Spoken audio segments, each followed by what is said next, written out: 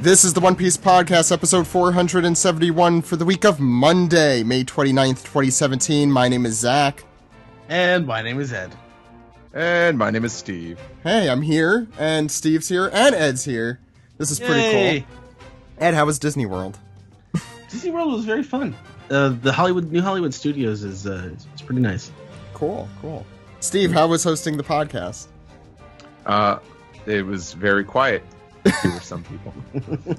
Although they did have the Maji water fountains at the Animal Kingdom. Yes, they're very serious water fountains, from what I hear. Very serious. So let's just get right into today's show. We have a lot of special guests with us. We have special guest, as always, translator for One Piece and Weekly Shonen Jump, Stephen Paul, is with us. How's it going, Stephen? Hey, pretty good. That sounds pretty good. We also have animation director for Rick and Morty, Brian Newton's with us. Hey, Brian. Hey, everyone. How's it going, Brian? It's whatever. Where's that season 3 of the Rick and Mortys? I'm trying. I know you're personally responsible for that, so I had to ask. I'm responsible for everything bad in the world. I also figured that was the case. We also have YouTube sensation Roger's Base is with us. How's it going, Roger? Feeling pretty good. Got some videos done this morning. Now I'm doing this. Then I'm going to record some more videos. Living the dream. That does certainly sound like a dream I've had. And we also have our merchandise reporter, Kelly's with us. How's it going, Kelly? It's going great. I'm enjoying my day off, and I bought way too many figures before I got out of bed this morning. That is also a problem that I don't really have that much, but it's a good problem. You want to talk a little bit about some of the figures that are coming out soon for One Piece, because they're pretty cool. Sure. So we just had 2 big toy events over in Japan, the Tamashii Nations event and the Mega Hobby Expo, and finally got a first look at the Figure Art Zero One Piece 20th anniversary figures, which are the ones based on the illustration with all the blue feathers, which is usually how I describe them, just nothing but blue feathers. And that series is on sale now, and expect an article on the site shortly on how to get them. And we just saw the most recent Mega House Portrait of Pirates. They're doing another sits on chair. This time it's Ace. And another bikini figure for Boa Hancock, and the 20th anniversary Luffy, which unfortunately I thought was a little bit of a disappointment because it's a repaint of an original version. So a lot of stuff out coming on sale in the next coming weeks. And this time he has a new hat. He has a new hat, yes. Thank you, Kelly, for the update on that. Check out more on our website, OnePiecePodcast.com, as Kelly said, in the coming week and weeks for more figures. So thanks for that. Today we are going to be going through Chapter 866, Natural Born Destroyer, and we are going through Episode 790 with Sam and crew. And as we enter and get further into the Whole Cake Island arc, Ed, you've been watching the anime, right? I caught up with 3 episodes yesterday, so... How has it been doing? Big Mom's voice is really good. Yes, yeah. There are other parts I need of to it catch up that I don't agree with. Generally, the pacing mostly. Like, it's taken them how many episodes to get from, like, they haven't even landed at Whole Cake Island yet. So, well, because they've been adding all that in-canon filler, but at least it's well animated. So for me, I feel like it's not as bad as during Dressrosa. Well, yeah.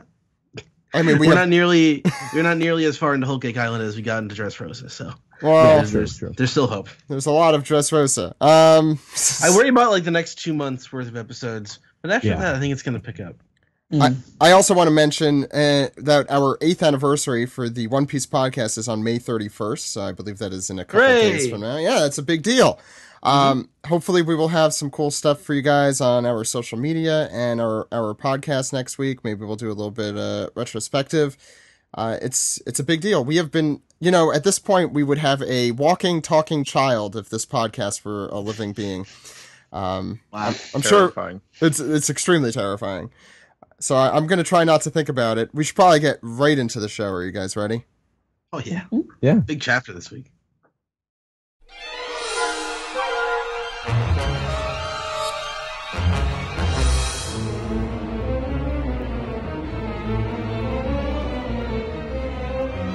This is the manga recap for Chapter 866, Natural Born Destroyer. Ed, what's going on the front page here? Well, we return to the limited cover series number 23, the saga of the self-proclaimed Straw Hat Fleet.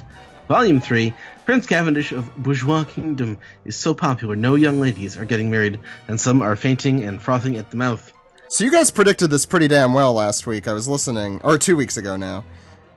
Didn't someone on the show say that you thought maybe Cavendish was actually a prince?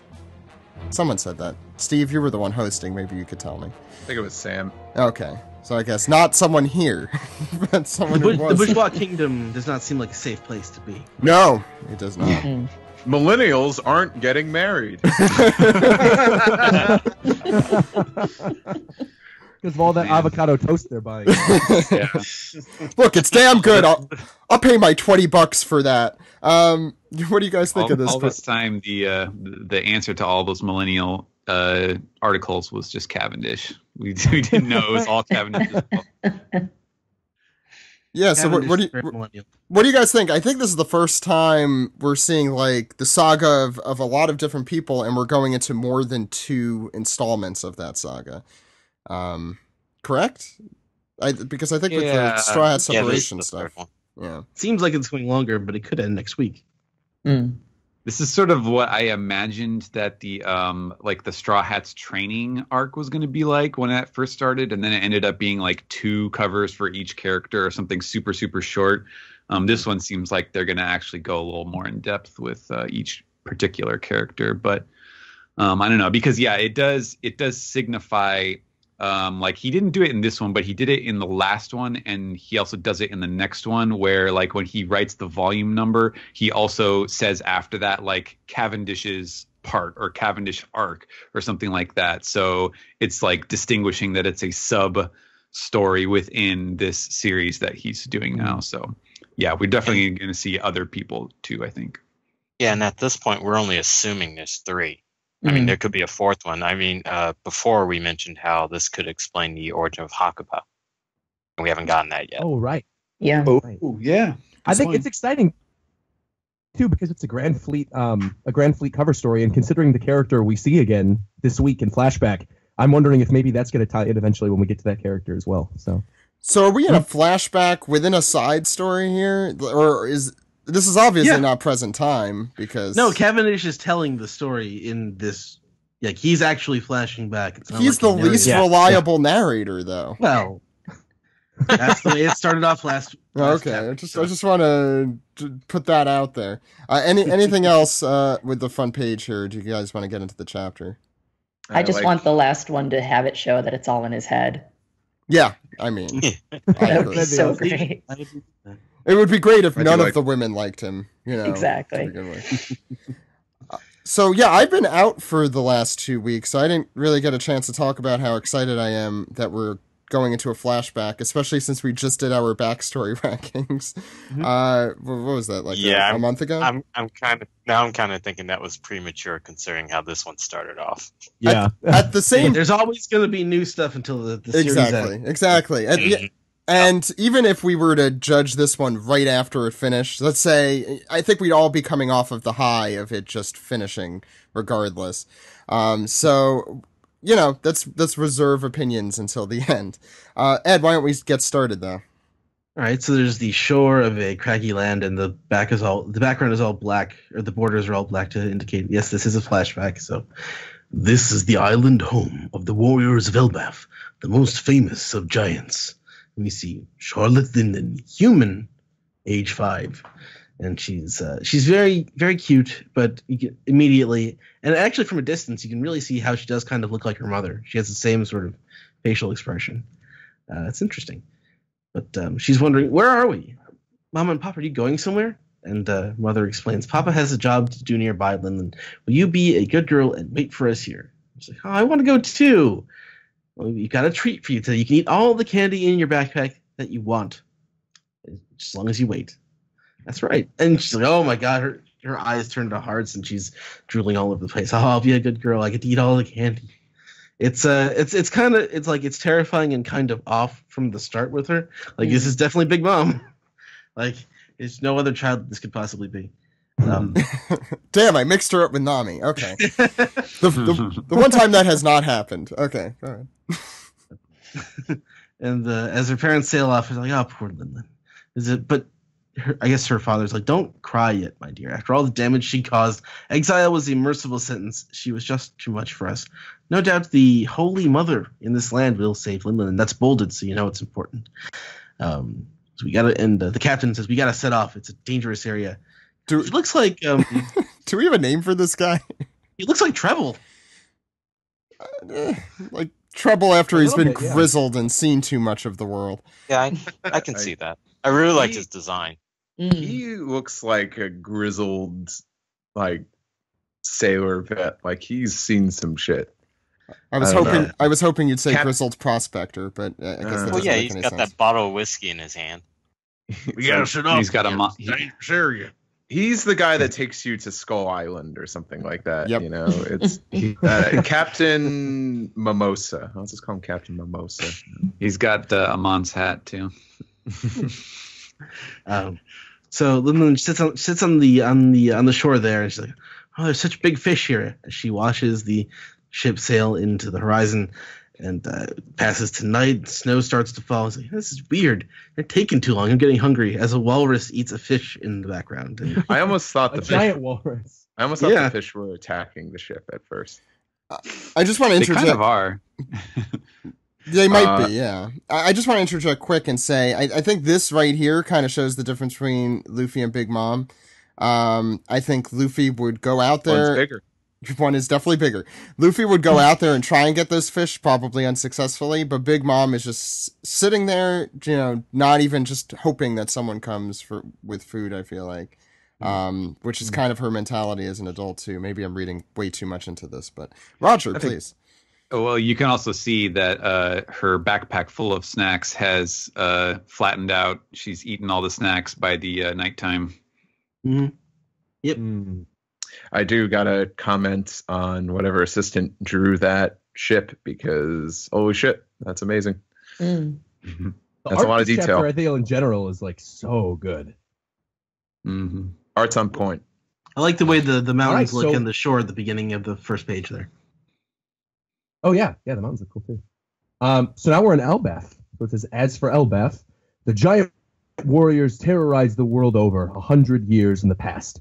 But when the two captains of the giant pirates suddenly vanished, they passed into legend.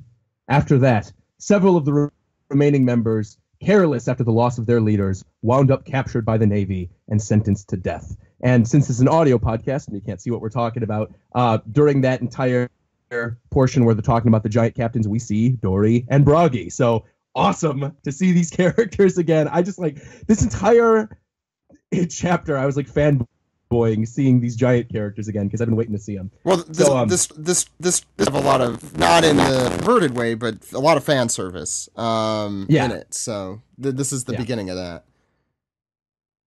So we see there are a bunch of captured members of this squad. They're all sort of like chained up, ready for death. And then the Oda box pops in again. It says, until the appearance of a wandering holy woman. And we see, stop in the name of love. Heaven seeks a peaceful understanding. And her name is Sister Carmel. So we see a very hot version of Mother Carmel when she was a young woman. Very attractive. She's smoking a cigarette. And we see a giant going, heaven? What nonsense are you talking about after the terror they've inflicted on the rest of this world? And Sister Carmel interjects and says... That wasn't a giant. That was that was the Marine, yeah. Oh, you're right. That is a Marine. That would make more sense. Oh, see, I saw the North... That makes a lot more sense. Yeah, I thought this was in Elbaf still. All right, yeah, you're totally right. That's Marine. Mm. So Sister Carmel goes, exactly. Why don't you understand? And as she's speaking, storm clouds begin to roll in. And Sister Carmel says, if you kill those men, the warriors of Elbaf will band together again, and they will most certainly swear vengeance upon humanity. Please, forgive them for their crimes. I will show you the way. And as she's giving this speech, we see a ray of light shine into Mother Carmel through the storm. And she says, I can guide you to a brighter world where all peoples join hands together and laugh together. Sounds familiar. Just a really, yeah, it does. And a really beautiful panel, too, again, with the storm clouds parting and just seeing the rain. We see that she's brought the Marine to tears who sort of rounded up these giants. And once again, the narrator box pops in and says, in time, Sister Carmel became Mother Carmel, and she founded an orphanage named the House of Lambs that took in children without anywhere else to go, regardless of their status or race. Steve?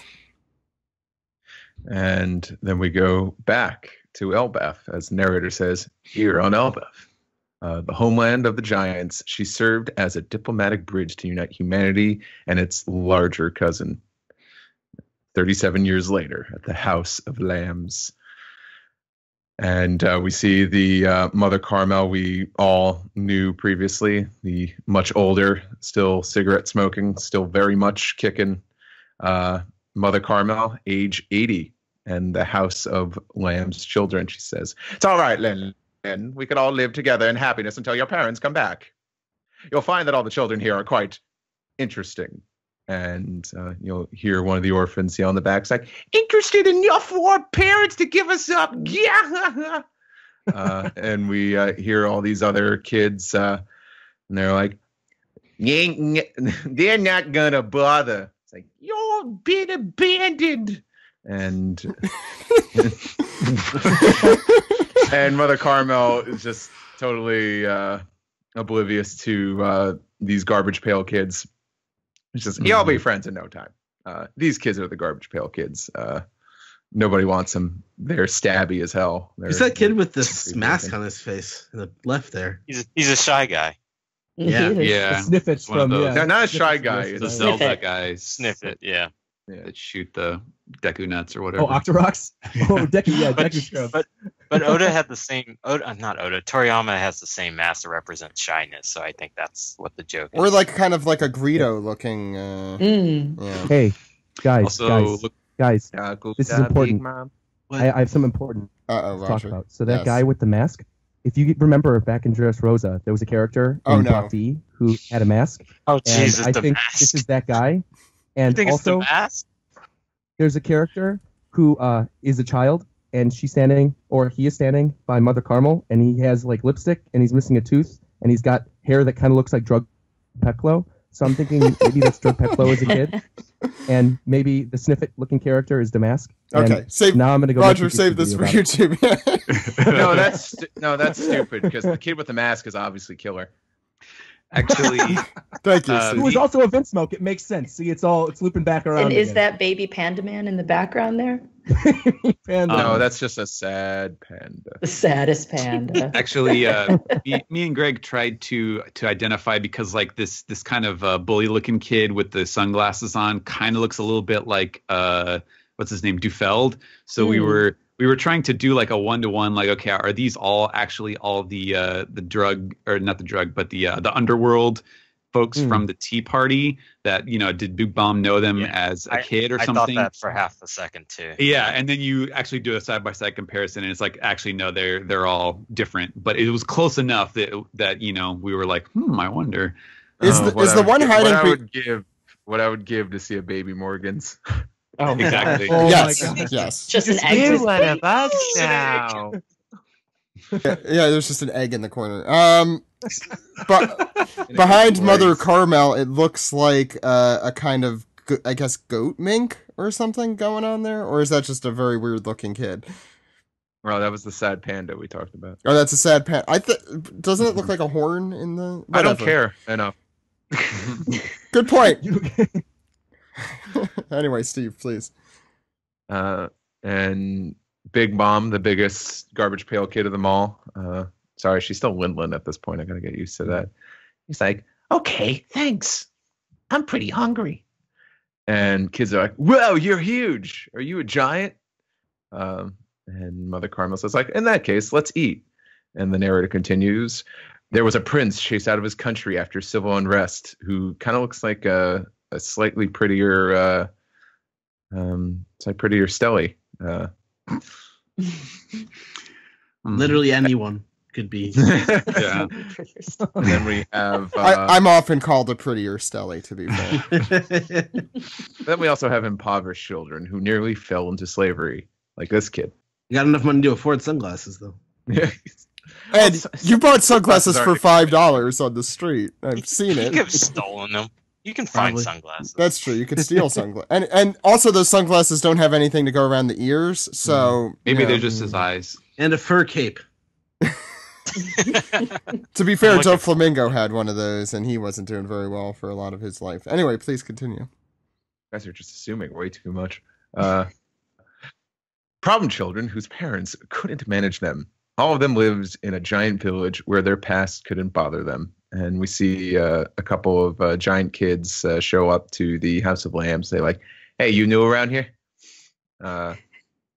But much to Big Mom's delight, as we see. But most importantly of all, for a girl who was always bigger than everyone else, to the land of Elbaf, offered people homes and sites of her own size for the first time. And she's just in the middle of a village, just giants going about their day. We have a guy carrying a big old log. Steve, does this conjure any memories for you, as for your childhood?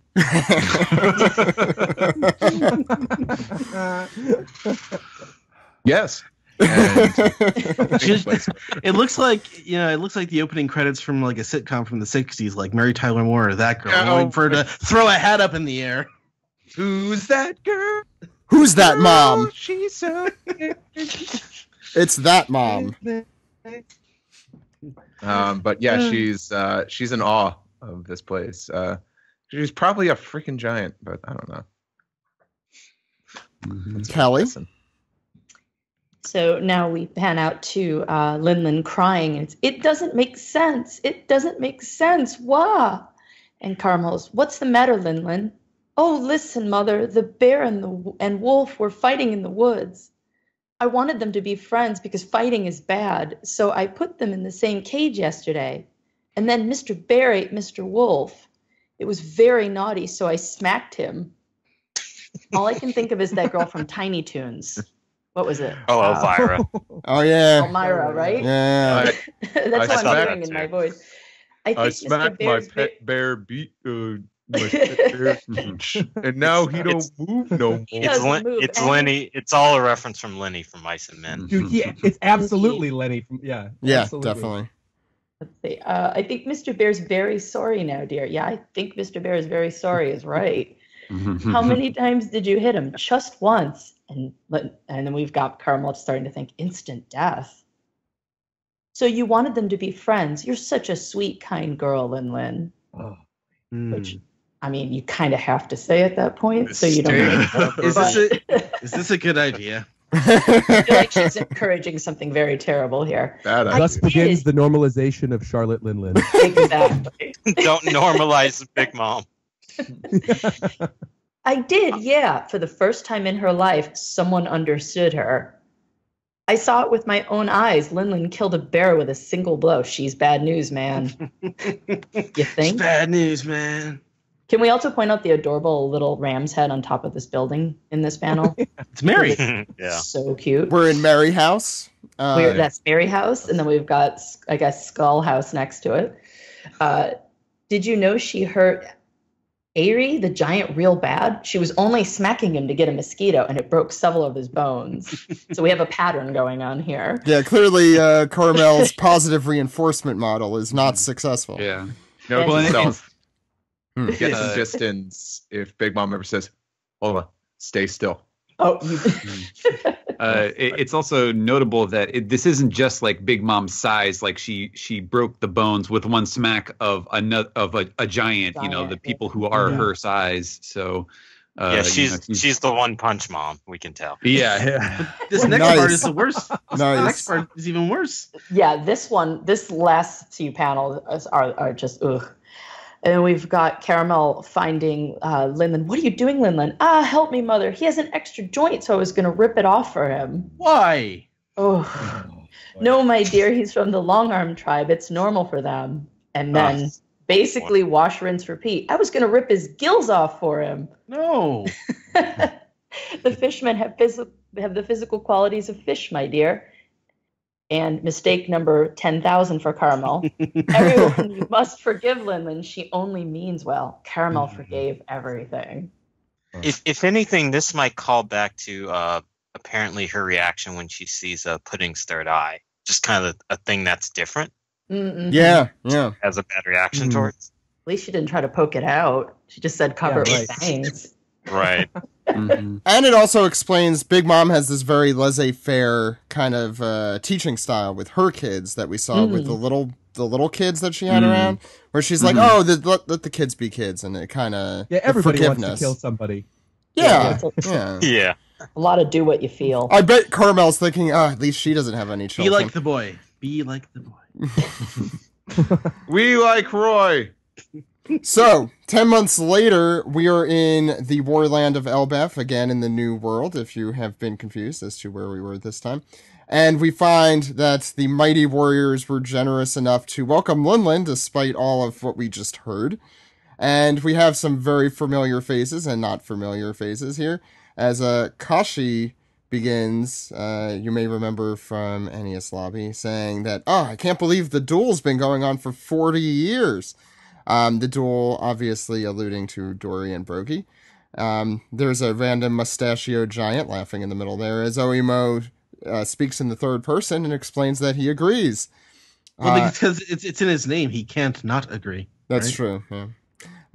And then decides they should go after them in 10 years, so there's a lot of allusions there to things we as readers already know. And meanwhile, Big Mom is chasing after the person she tried to rip the extra arms off. And I think the masked kid, is that who that is? The little one in the middle there?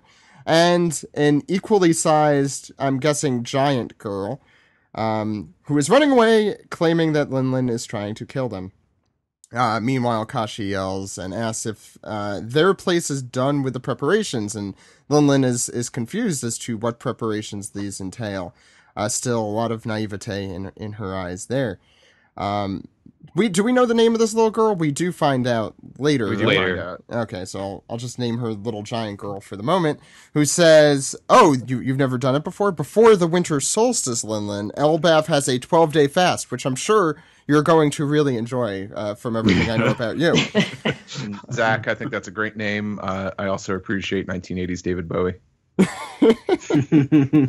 1980s David Bowie explains that they don't eat any food during this fast, hence it being a fast, and that the only thing they could drink is water, and it's for 12 days starting tomorrow. I'm sorry I'm letting you know so late, but I'm sure there's no negative consequences that'll come from this. She's very self-aware.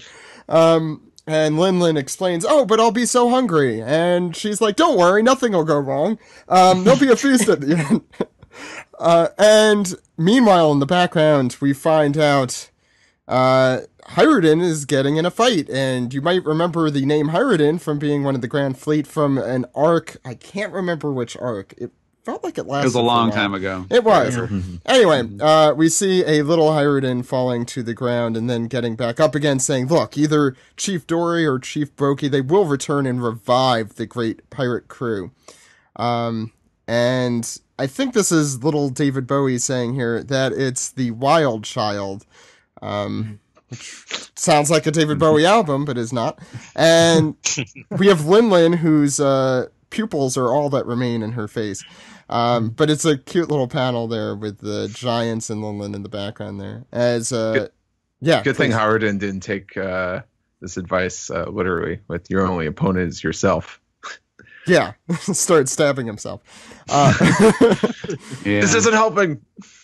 And I want to point out too on this page. I think we've noticed, especially in the last several years, that like Oda likes to do these kind of unconventional 2-page spreads where they don't really format the way that they normally do. And I don't know. I feel like this was very unnecessary. Just like looking at how the text has to split awkwardly over these bubbles that run down the middle. It's like, just look at what a tiny slice is left on the left side of the page. It just seems very unnecessary to me. And, I don't know, I'm sure like Joey would probably say the same thing if he was on, just because it doesn't seem like he's gaining that much. And when this is in a book form, it's going to look even more awkward because... And it often does. Yeah. Well, now we can see the lady with the palm tree here. I think she's looking right at us. Yeah, I think she's so happy to be included. I think the psychology of Oda when he does these more often recently than in the past is that he likes to give when it's like an important character introduction, he always prefers to do like a double page spread if possible. And like this is important is basically what he's saying here. These double page. Well, I think also and because he has so much information he wants to cram in, he can't just do like a clean 2-page spread. Yeah, exactly. I think he also wants to kind of immerse you in the environment a little more, which I think the big panel does pretty well.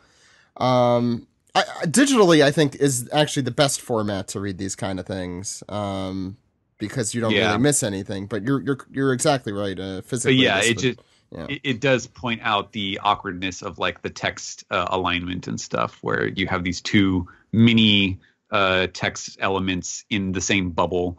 It definitely took me away from it a little bit. Yeah. Anyway, this guy is still lecturing Hyruden about how he's got to discipline himself, and we find out who the person who is lecturing on the next page. Ed? That's the spirit, right? Indeed. And they call Chief Beardfall and Chief Beardhill. You see, it's Beardfall Jarul and Beardhill Jarul. Giant pirate captains. Yeah, those are Yorl and Jarl. Yorl and Jarl. Okay. Yes. That makes I like sense. Ja Rule. I was going to say Ja Rule. It's a Viking reference because their chieftains are called Jarls. So Really? Mm-hmm. It's better that way because I want to read some of these pages and have Yarrow be like, "Yo, Big Mom, you gotta stop. That's murder." Watch out! Watch out for this their fire festival that they have at the solstice. It's a literal fire festival. These guys are 344 and 345 years old. So and that's exciting to me because I care so much about the past. But keep going. Yeah. They're so much older even than Dorian and Brogy. But, they're even older than Dr. Correa. They're the oldest members of the Beard family. I like it. So Carmel's been promoting free trade instead of piracy because this is suddenly Spice and Wolf or something.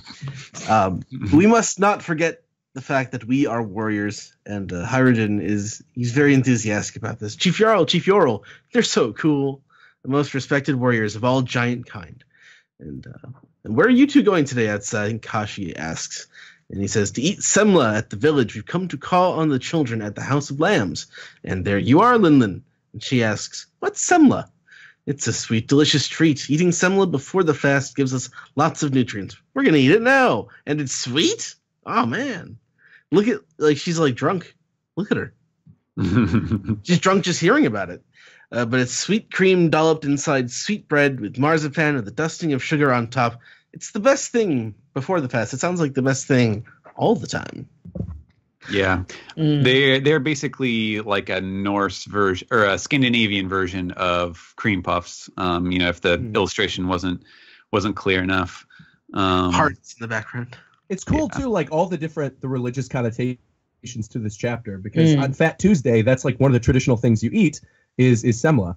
And there's obviously the fast that goes beforehand too, and then we've got Sister Carmel. I had no idea this was a real food, but yep. Okay. Yep. I learn new things every day apparently. Also, it's really hard to tell because it's so small, but if you look up in the corner panel, you can see I think that the little giant girl has a crush on Hyruden because she's blushing when she looks at him. Oh yeah, she is.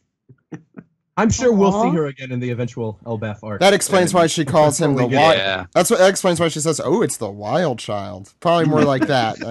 Yeah. And Hyruden just turns to a little giant girl and just says, "Oh, baby." Yeah, maybe she's gonna come into play later in the story. Well, we'll see how this turns out. Right. Anyway, yeah, Stephen. So the whole village is gathered around, and they're having the Semla feast. They are giving thanks for the recent birth of Prince Loki, familiar name, at the castle, and Rodo and Goldberg in the village. So they are thanking the sun for the growth. Cannot wait to see Goldberg. That's actually my giant cousin, actually. Wasn't Goldberg also the name of the goalie in the Mighty Ducks? Goldberg. Or if he's anything like Bill Goldberg, he'll show up for about maybe 3 pages and then go away. Is that a wrestler? Yeah, Ed Lasso is a wrestling reference. Yeah, if it is a wrestling reference, that's quite possible that that's what Oda was going for. But yes, they are having a feast now, and Linlin gets a chance to try semla, and it is pure rapture. She's just like, it's so sweet. Oh, it's yummy. I'm so happy. And this is kind of bad. We can see the spirals in the eyes. That's never a sign of a healthy state of mind. And she is just going to town on these this whole platter of semla, just going, and I love in particular just the sort of like whitewater spray effect that is happening in her mouth as she shovels them in. Like she's just like she just gobbles these things, and the giants have to intervene and like grab her, like wait, hold on. We have a ton of these, but everyone's got to have some. Because of course they're filling up before the fast, and she's just kind of out of control. The fluids are flying everywhere. She's in rapture, and then we proceed to the next page where the fast is underway, and poor Linlin, she's starving to death. It's just day 3 of the fast. A quarter of the way through, she's already starving. Mother Carmel explains that the winter solstice is a festival for the death and rebirth of the sun, because after the harsh winter, it will come back. It will be strong again and warm us up. It actually reminds me of a Roman festival, the Feast of Sol Invictus, the unconquered sun. I think it's probably a common pagan thing, but yeah. Well, it's just a common human thing in general, because that's one of the few things that ancient man was able to track is the changing of the seasons. And I think those that live near the Arctic Circle have something really similar to this, which is I know they're based off of Scandinavian myths or Viking myths here. So, I think that's probably what it's based off of. Mm-hmm. Yeah, well, I think the Germanic name for the festival is Yule. That's why, Yule logs and stuff like that. They took all of that stuff and just kind of rolled it into the Christian holiday eventually. But so next day 4, Mother Carmel is still smiling away, and she's explaining the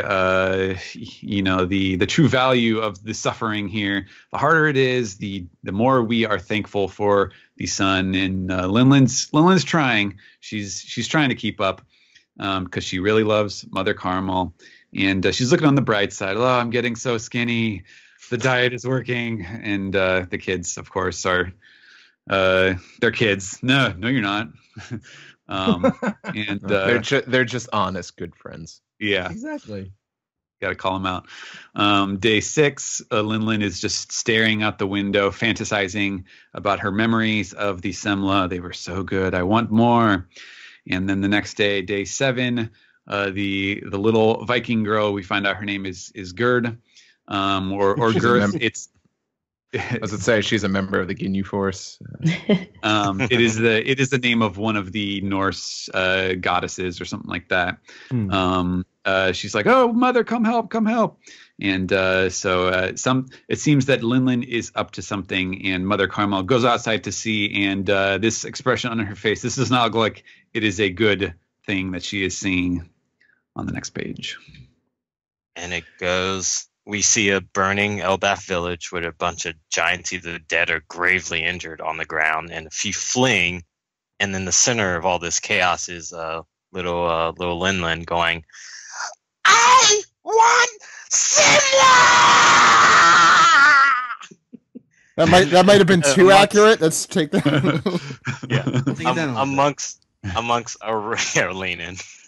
Amongst a raging inferno, because I don't know how, but she set this place ablaze. And we cut to Mother Caramel going, "What have you done, Linlin?" And Linlin's in complete kind of like comatose, saying, "Bring more Simla! And like, what kind of looks like the scream we saw earlier in the previous chapter of when she freaks out. And the other orphan children, the giant girl Gerd, are all like in horror watching. She's like, they go, Linlin destroyed the village of Elbaf. It's a nightmare. And standing before Linlin now is Great Fallbeard with his sword drawn amongst this inferno, saying, "You've made a terrible mistake, Linlin. You do not have the right to thank the sun. Even a child can only be forgiven for so much." And then Mother Caramel tries to interrupt them. She's like, Chief Jarl, sorry. And then fucking Fallbeard like lifts his sword and he's like, "I am sorry, Caramel. She only looks like a child on the inside." And then Mother goes, "Please, Chief Jarl, no." And then he starts to strike down at Linlin. He's like, "She is a god of disaster." And then we see Linlin's face, and all she has are vacant eyes, a dark expression, and she's going, "Simla," like a little demon child. It also reminds me of Gluttony from Full Metal Alchemist, but I think. Oh yeah, Yeah. I mean, For she sure. basically is that. yeah. So that does it for chapter 8. Yeah. Yeah, that's the end of the chapter. Chapter 866. Let's go around the horn and see what you guys thought. I'm going to start with Roger this week. Oh boy, I literally in my head was like, please don't start with me, because there's just so much here to break down. I think like I've been waiting to see Elbaf for such a long time, as I think many of us have been. And so for me, this was just like an orgasm of the eyes, finally seeing all of this stuff and, you know, seeing a younger version of Harudin and Oimo and Kashi and Dori and Bragi and like all the different references to Norse mythology and the tie-ins with religion. I got to say, though, and I'm sure this will open up a huge discussion later on, and I don't want to go too much into it. I do not sympathize at all with Linlin or with Mother Carmel. And I think they're actually both in the wrong, and I don't feel bad for either of these characters. And I know a lot of people disagree with me, and I'm sure this is going to open up a huge discussion. But for me, Mother Carmel did absolutely the wrong thing, because you'd think, okay, well, what else are you going to do in a situation where you have a problem child, right? Of course, you need to be nice in the way that you say, no, you can't do that. But at the same time, Mother Carmel runs this orphanage, this House of Lambs, with all these other kids that she's endangering every time that Big Mom or Linlin does something. And she's putting at risk everybody else by basically, like, not to make the joke about, like, yeah, normalizing her, but by trying to be like, oh, no, it's okay, it's fine, this is just the way he is. Like, you're a great kid. And at the same time, like, with Linlin, it all depends. I think I could sympathize with her, but it depends on what exactly her past is. Because it's clear in the chapter, Oda says at the very beginning, she's a human. She's not a giant, she's a human, and she was born to human parents. And where my head went was I was thinking of Punk Hazard with the kids with the candy experiments, where then they would go crazy when they didn't get their candy. And Law mentions back in Punk Hazard that the world government's been testing on children to turn them into giants for a very, very long time. So I'm wondering if maybe Big Mom was one of those really early experiments kind of gone wrong. And the candy, just like how Caesar was sort of giving the kids candy, that was the way that they sort of calmed her down. And so when she's thrown in this environment where she doesn't have it, that's what causes her to sort of be insane. And then at the same time, she's incredibly strong. So you've got this mix of, like, yeah, Lenny from Of Mice and Men, who doesn't really realize what he's doing, mixed in with all the stuff from Punk Hazard. But again, if it's not that, if she wasn't experimented on and this is just how she is as a kid, I don't know how I'm going to feel about this flashback. I mean, I'm enjoying reading it, obviously, but in terms of the characterization of Carmel and Linlin, I have to wait and see. Brian. I really dug this chapter. There's a lot of like visual information, which I definitely enjoyed, and considering we've been waiting so long to see Elbaf.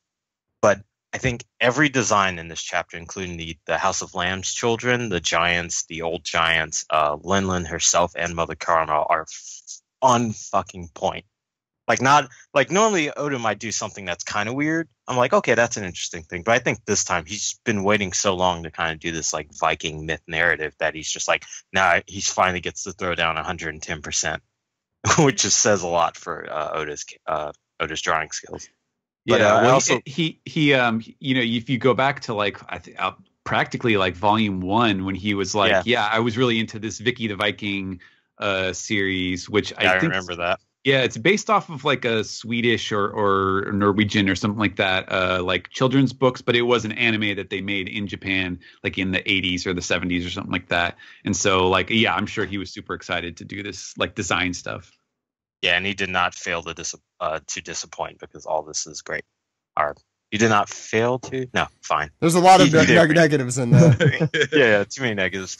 But also it's really interesting because I think there's one point when they mentioned that the giant raiding band stopped raiding, and it wasn't just because the two captains were fighting. Apparently, it's to symbolize Mother Caramel bringing this fate to the giant island to convince them to stop being pillaging warriors, which also symbolizes, I know Stephen knows a lot about this, the Christianity coming to the Scandinavian countries as well, and like that kind of intersective cultures.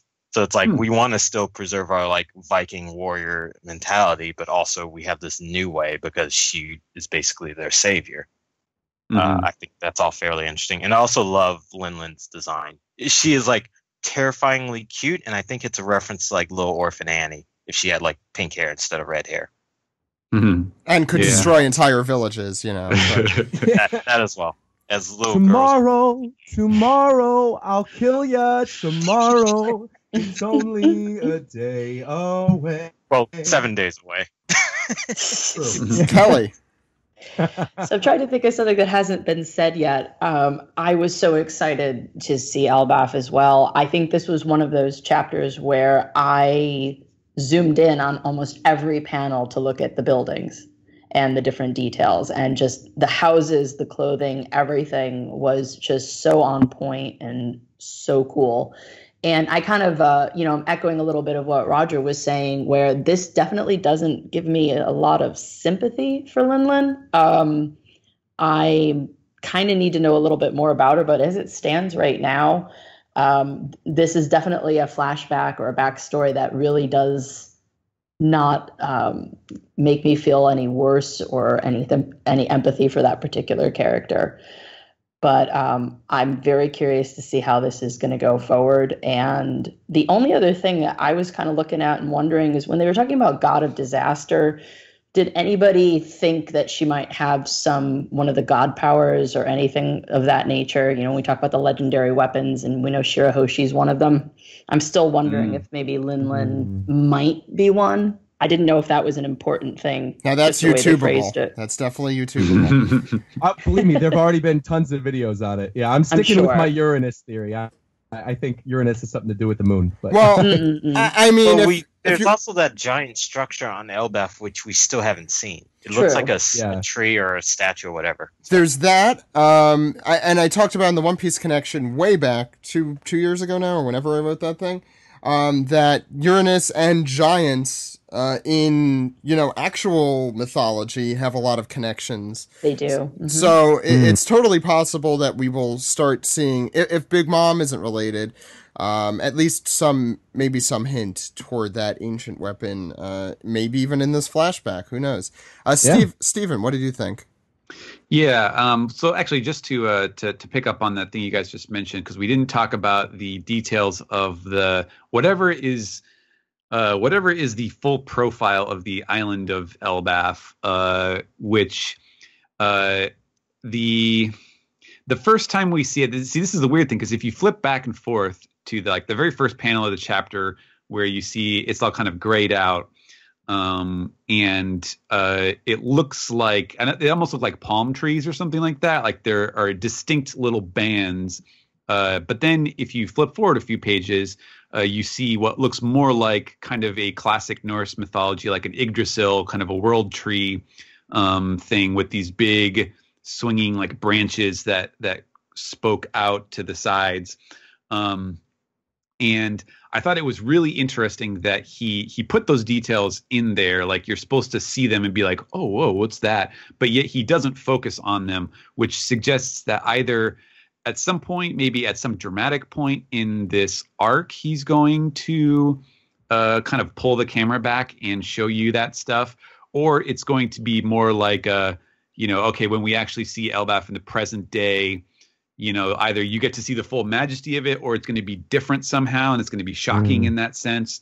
But I thought it was really clever and very Oda-esque, I think, to kind of obscure those details like that. And that was super interesting to me.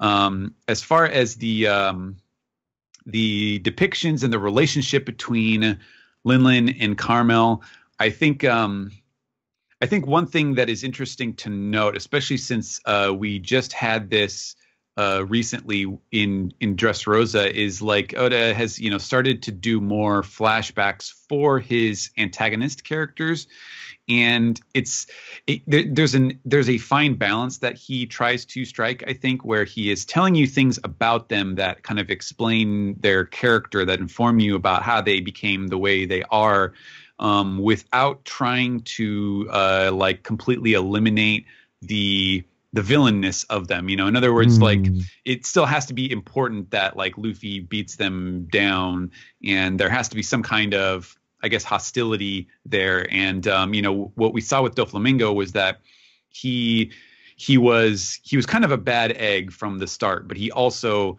suffered these horrible things, these extremely traumatizing things, and it was kind of like a toxic mix of kicking a kid who's down, who is also kind of ultimately a bully at heart, and what that does, the toxic effects that has on a person's personality. And I think it is I didn't find it difficult to kind of compartmentalize these things, which is that Linlin is she's just a little girl, like she doesn't understand these things, and you can feel sympathetic for her in that sense. But we also know who Big Mom is as an adult, and she's just kind of like an asshole version of this little kid, where like she has all these same impulses and she acts on them in kind of malicious ways because there's nothing that can stop her, and so she's taken this all the wrong way. So there's only so much. I mean, you can feel sympathetic for her in the sense that she's just a kid who doesn't know any better. But you don't have to be like, oh my God, this poor Big Mom on the inside, she's just been this little girl all along. Because those are different. Those are different things. She's different people at these different points in her life. And the same thing with Carmel. Like she may be unleashing bad effect, or she may not be containing these terrible things that Linlin is doing, but she is also she is doing a kindness to this child who has been shunned. And you can imagine that she does the same thing with all the other kids, where they're all outcasts and misfits and people who have been shit on by the rest of society and their families or whatever. And she takes them in and shows them kindness. So there's different angles to it, and I think they can coexist without overriding each other.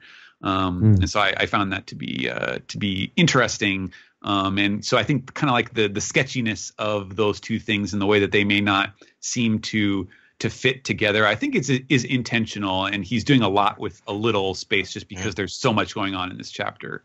I fully agree with that. I think it's a great chapter. Great chapter. Steve. Yeah. This was a really strong start to this flashback. Just visually, the artwork was fantastic. There was so much detail, and the characters were very expressive, and some great new designs. The two elders, Yarul and Yorul. I'm still trying to learn their names. I'm more than likely going to be referring to them by the looks of their beards, but I really like these designs so much. It kind of breaks the mold of some stereotypical manga designs. It's just something completely out of left field. I really enjoyed looking at them. They're definitely like Disney. He's going back to his Disney roots on this one. It's very, very Disney, which is I welcome with open arms. But other than that, I like that, because I think a lot of people were afraid that, this is going to make me sympathize with Big Mom. I don't want to do that. I definitely didn't get a sense of this. And I'm not even feeling sympathetic towards Mother Carmel either, because she's just setting herself up to fail. There's also an aspect of what can she even really do about it. And just that we know what's going to happen in a way. Yeah. We don't know exactly what's going to happen, but we know failure is going to happen. So yes. Yeah. I love the visual style. It's just the visuals in this were fantastic and a lot of strong character design. The backgrounds, all the architecture. This is just a great looking chapter, and I'm very excited for the next chapter. I haven't really said that in a while, but this flashback, which is off to such a strong start, and I'm enjoying it thus far, and I really want to see where it goes in the end, because we all know where Big Mom winds up, but I'm just curious on just how the rest of this plays out. I really don't have too strong of an inkling. I have a theory on that, but I'll wait. Ed? As well, pretty much everyone else has said everything, but I do want to say that I'm impressed by like how cruel Big Mom is, even as a 5-year-old child. Like, clearly something is wrong with her. She takes joy in like, it's like the kid who pulls like the legs off of like a centipede or something, like knocks the legs off or picks the wings off a butterfly. But she's doing it to humans. Yeah, she's doing it to humans, so it's even more horrifying. And Carmel is like at a loss for what to do with this extremely powerful child who can take down an entire giant village. Like, is this the only village on the island, or is there? Yeah, I'm curious if this is the end of like Elbaf culture. You know. So that's the thing. Like, you'll notice, like, how did I phrase it at the end? It's like she's destroyed the village of Elbaf, because he wrote it in kind of a vague way where I wasn't really sure if it's just one village, because they say like, oh, here's Prince Loki in the castle, and then there's the 2 kids in the village, and I didn't know if that meant like Elbaf is just basically one city on this island, and it's kind of like the ancestral home, or if there are multiple ones. I mean, you'd figure there would be more than one, but it's not entirely clear, just because Japanese doesn't have like an A versus the singular is a definitive and all those, that language stuff. So I'm not sure exactly what the full breadth of the giant background is. Mm-hmm. In this one, I'd be okay with like Linlin having undergone some government modifications, because like, it just doesn't make sense how she is this way. It would be an interesting way to bring Caesar kind of into this story a little bit more. But this is years ago. This is a long time ago. Well, I mean, at least that story development that's been going on since we entered the New World. I think that would be an interesting way to tie things together, right? And she doesn't have her devil fruit power yet either. So, as far as we know, that's something I have a theory on too. But we're going to talk about that in piece together. I'm sure we will. Ed, anything else? No, that was pretty much it. Everyone else has has explored it. I'll be brief. So we've been talking, I think, most at length about whether we sympathize or not with Linlin through this chapter. And I think Of Mice and Men is such a great example of kind of what kind of character she is, because I don't think you're not supposed to hate Lenny in that book, if I recall. It's been a long time since I read it. But he's a victim of the circumstances. Exactly. Yeah, I think Linlin at this point, at the age of 5 to 6, is certainly a victim of her circumstance. She also clearly is the victim of whatever the hell is wrong with her body. I don't really want to make it. There's something going on that's making her gluttonous and demonic, and we're not quite sure what the forces at play that are making that happen. Her intentions, I don't think they come from an evil place. They certainly come from a very misguided place, in the fact that I think she was ripping off the limbs just because she's ignorant about what what the fishmen are, or what the long arm tribes are, not necessarily because she hates them. I think no, she's trying to help them. Like, she's like, oh, you have an extra thing here, let me get rid of it for you, or something. Exactly, and not to normalize Charlotte Linlin any more than we already have. But I think we certainly have already started in this flashback seeing, oh, here's where the good aspects of her come from, which are mostly from Carmel and a little bit from herself, and here's where the really bad aspects are from, which we're also seeing from. So seeing in this. So we know she wants to sit down at a table with, her dream is to sit down at a table with all species. And that's kind of a Carmel thing from what we get. We mentioned that sounds familiar because it's very similar to her speech here. And we also see kind of the bad side where she certainly has these kind of prejudices that are built into her psyche, as I just discussed. So it's really interesting to see. I think the reason I'm liking this a lot more than the Doflamingo stuff, as we've been comparing it to, since that's our other major villain flashback as of late, is because it's a lot more nuanced. It's not just like, this person's bad, you shouldn't like them, they're evil because of this. It's more, you kind of don't, you feel very ambiguous leaving this chapter behind, I think, which is kind of why I'm not like so enthusiastic about this yet. I think flashbacks, as I was mentioning at the top of the show, are some of my favorite material in One Piece because it allows Oda to write these concise, different stories. And you guys talked about that during the backstory rankings as well. But I still really want to hold back from giving my opinion until this is over. You guys were saying 3 to 4 chapters. I'm tending to think it's a little longer than that. But we'll see in time. Brian, you had something you wanted to mention. If you want to go for it. Yeah. No one's mentioned it only because it's a wild theory I have. But basically, with all the kind of seeds that have been planted just in this one chapter alone, I think Mother Carmel might get eaten by Big Mom. Yes. Yeah. 100% agree. I think she'll either sacrifice herself so that she can stave off the fast. Wait. And then Big Mom won't remember it. Maybe it's like, so we've been talking a little bit about Dragon Ball in the past with these kind of things, but maybe it's like with Boo when he absorbs or was that just the anime? I don't even remember if that was in the manga. He absorbed people. No, he absorbed that Supreme Kai at some point. Yeah, that happened. And maybe it's that so that she literally has part of Mother Carmel in her.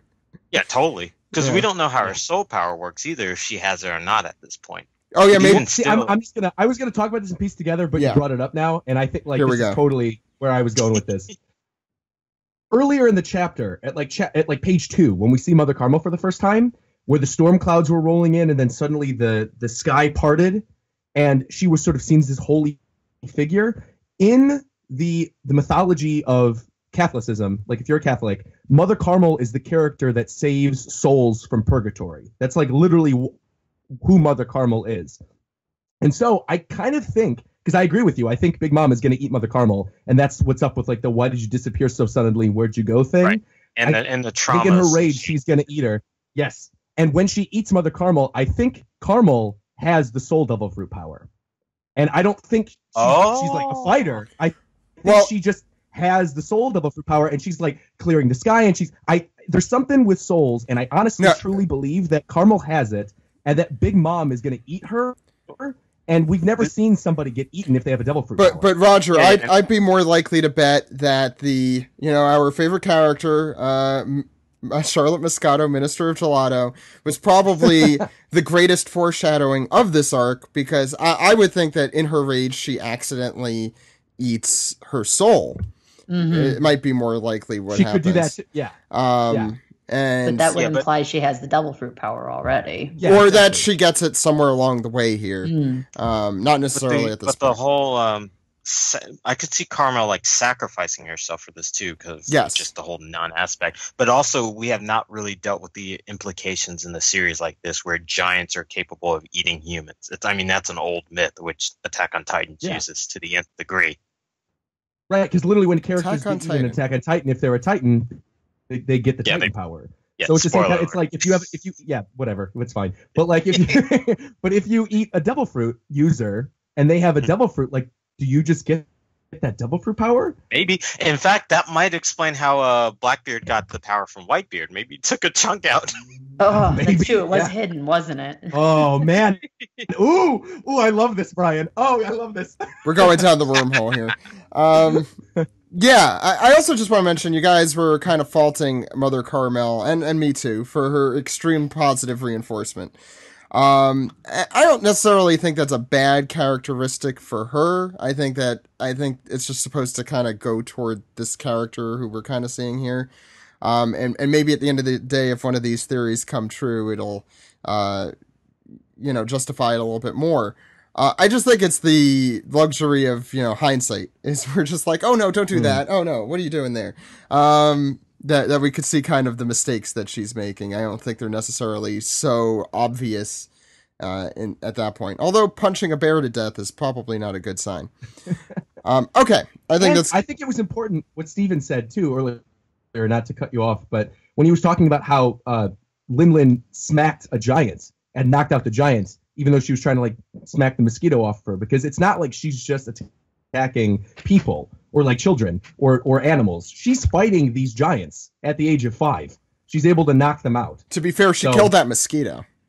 Have you heard of that from that mosquito? Yeah, I don't think so. Yeah, I mean, okay. Also, I don't know if you guys noticed at the end of this chapter, the child at the age of 5 burned down the entire giant village. Exactly. Yeah. I don't recall that happening, but I'm going to take your word for it. This is also not Big Mom's first instances trying to swat at bugs in her vicinity. So Right. That's true. I also just want to mention that this has probably happened before the age of 5, because that is why her parents got rid of her in the first place. So this is clearly not the first time this has happened either. Yeah. So her parents are kind of shits too. So I mean, it's One sure. Piece. Parents are normally shit. This doesn't really break that mold very much, but it's interesting that we see her parents at all. And the very stereotypical pirate crew that they're on. Wow. Okay, I'm going to end it there. Why don't we get on to the next segment? Sure.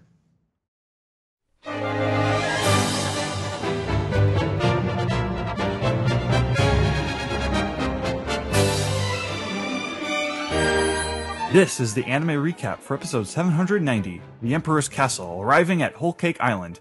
I'm your host Sam, and today with me we have editorial writer for the site, we have Jill. Hi Sam, long time no anime recap. Too long, way too long. I'm gonna try to capture your soul, so you have to come back every week just to... Oh god. And we have a friend of the podcast, we have our good friend Joe. Hello everyone, it's been even longer. Yep. So, screenplay this week is by Atsuhiro Tomioka.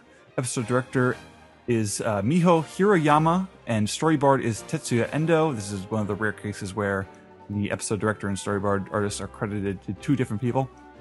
And the animation director is Toshio Deguchi. The title card begins at 5 minutes and 11 seconds. So the episode opens up with, we see Charlotte Moscato, Minister of Gelato, is being put on a stretcher by these weird shadow people with baskets, and the little kid he saved last week is crying over his body. I always thought that was a cool little detail that one of the bad guy pirates is this heroic figure who has children who are thankful for him.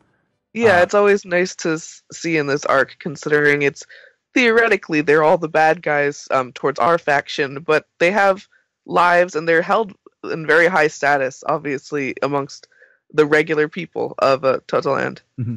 And I think this is Montdor, the guy with the clown makeup, talking to the shadow people, and he's telling them, "Hey guys, every last second, got that?" And we don't entirely know what that is in reference to at this point. He's just talking about there's something weird going on with how they deal with dead people here on Whole Cake Island. Mm-hmm. This then leads us to Jinbei following Big Mom into her castle. There's a flashback a couple hours ago between Jinbei and the Sun Pirates, and this is a really awesome scene just across the board. I love you get to Jinbei saying, Straw Hat Luffy will change the world someday. I know he's still young, but I don't think any one of the current 4 emperors will become king of the sea.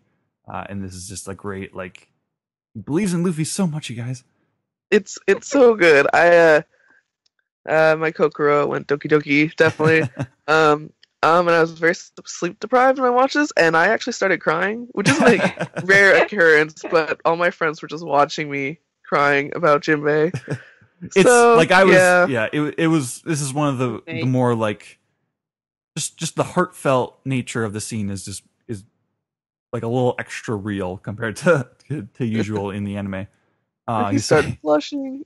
Yeah, I want to get on board his ship. I believe that journey will bring true freedom to the fishmen in the end. And Aladdin is there, and he's saying like, yeah, we've heard you talk about this Luffy kid quite a lot in the last. I guess it's only been like a few weeks since they were on Fishman Island. But Jinbei's having this moment where he's blushing. He's like, oh, did I really talk about him that much? And everyone laughs. Well, not only has it been a few weeks since Fishman Island, but apparently Jinbei just wouldn't stop talking about Luffy for 2 years. Right. Just get it. We know you like him. Just get on his ship already. Just get married. I love that tweet, Joe. Why don't you marry him? You share blood, for Christ's sake. They go on to gush about all the great things that Jinbei has done, saying that it's his turn to be happy.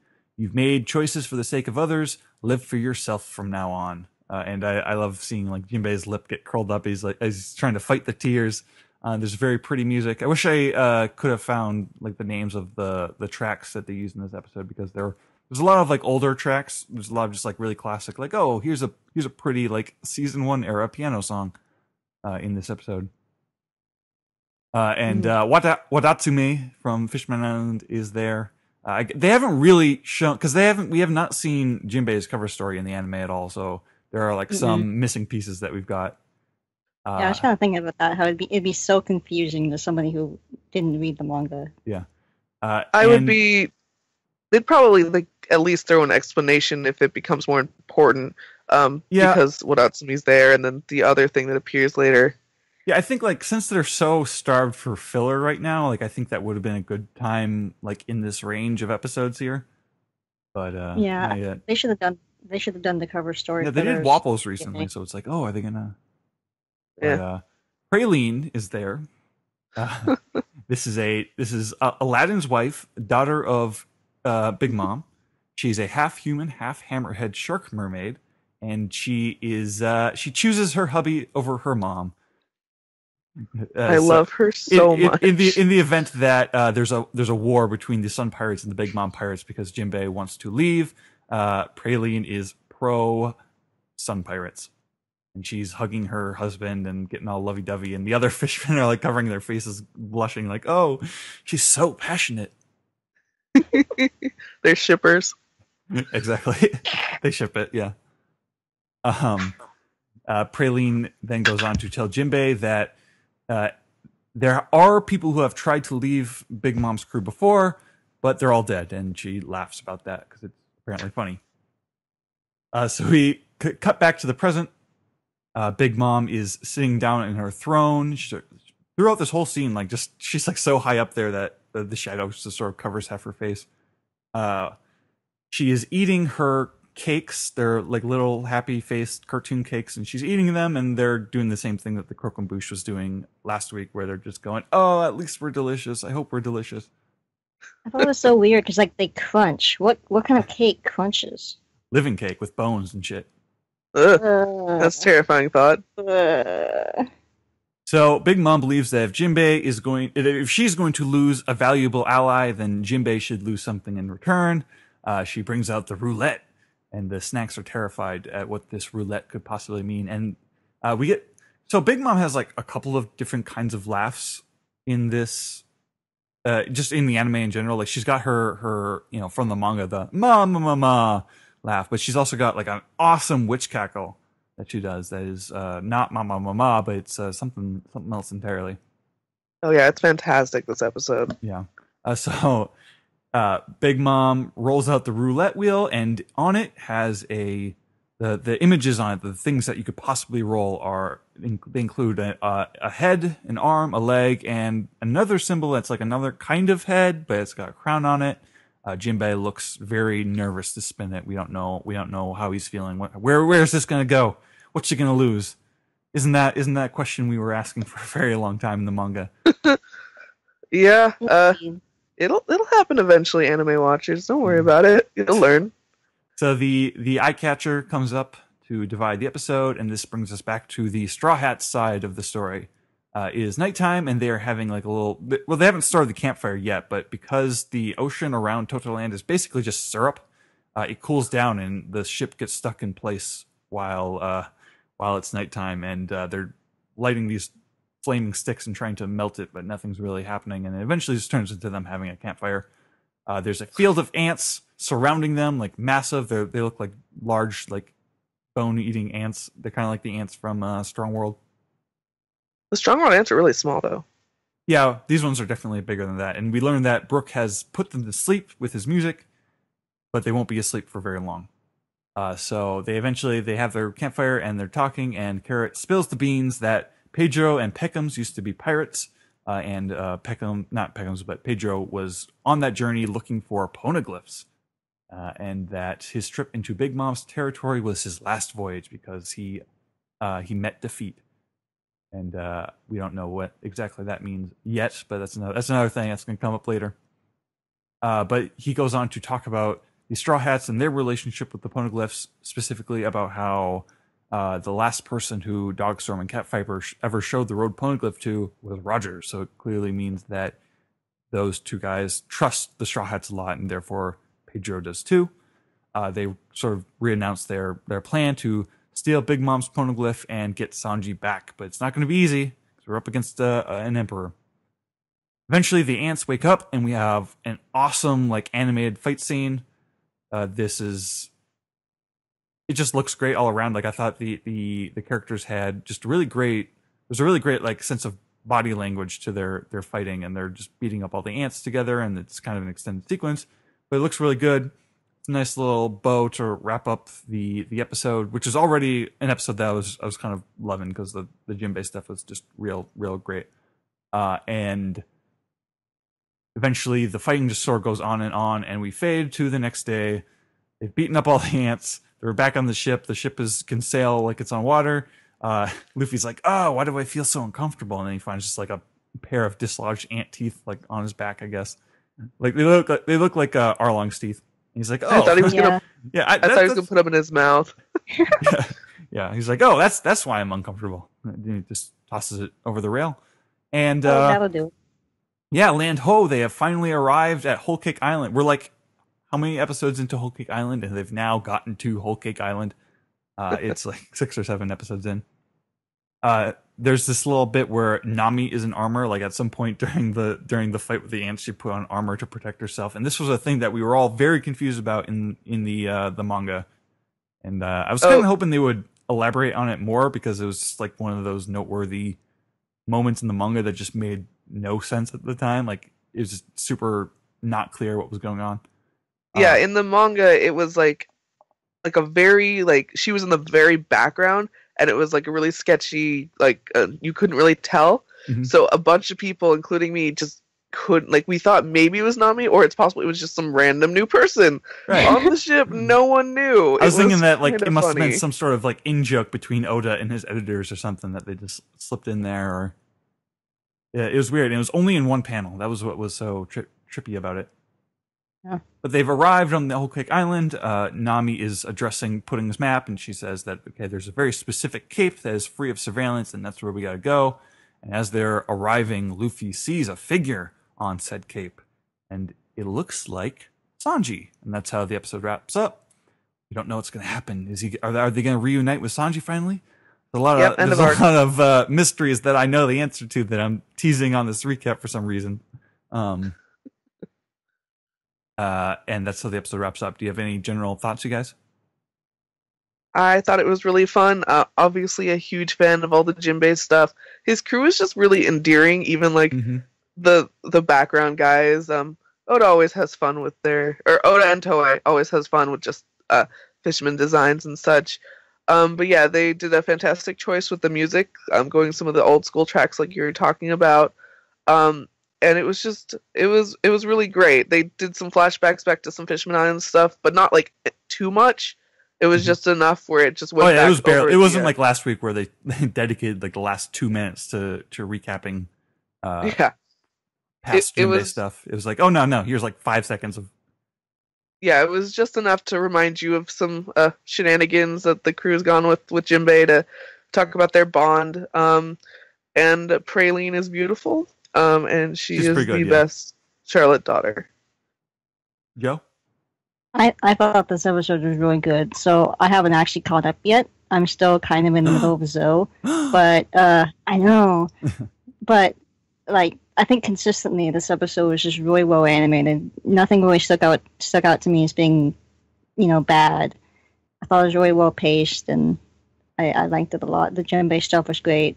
The lighting on the campfire scene was really good too. Yeah, I love how the sky looks, like pretty much across the board in Whole Cake Island. I love how the sky looks. When it's during the day, it's like got this kind of cotton candy pink and blue, and then when it's at night, it's like a darker blue, and it's like dark blue and purple. But like, God, Chopper and Carrot were like so fucking cute that last scene, like with Chopper licking his hand, his little tongue. Yeah, because he's got the syrup on it.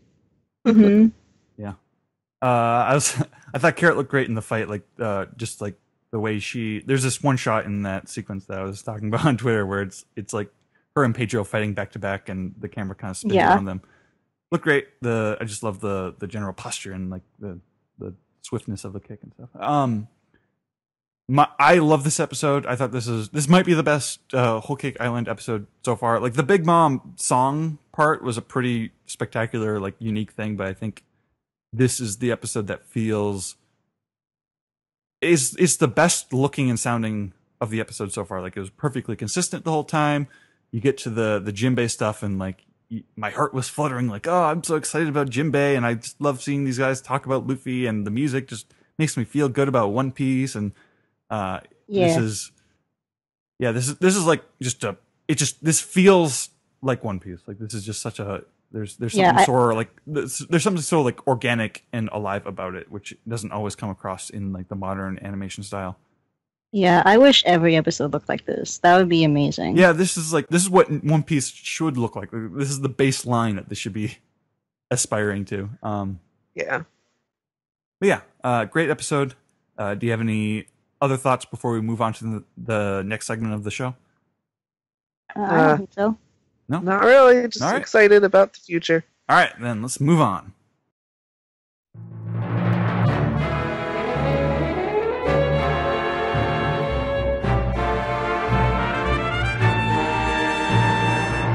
It's time for the Piece Together segment. We take your questions, comments, theories, and answer them. Thank you, Viking version of Ed.